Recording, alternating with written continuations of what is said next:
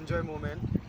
আমরা আসলে এখানে এসেছি এখন কাতারের সর্ববৃহৎ যে সি বিচ রয়েছে সেই সি বিচে আমরা এসেছি। এখানে দেখতে পাচ্ছেন অনেক পর্যটক রয়েছে যারা আজকের এই শুক্রবারের বা তাদের ছুটির দিনের বিনোদনটাকে উপভোগ করার জন্য শহর জীবনে সেই কর্মব্যস্ততার সময়কে অতিবাহিত করে তারা সেই ক্লান্তিকে দূর করে জীবনকে উপভোগ করার জন্য কেউ পরিবার, কেউ বন্ধুবান্ধব নিয়ে এসেছে। আমরাও ঠিক এখানে এসেছি সেই একটি আনন্দঘন মুহূর্ত আপনাদের সাথে শেয়ার করার জন্য।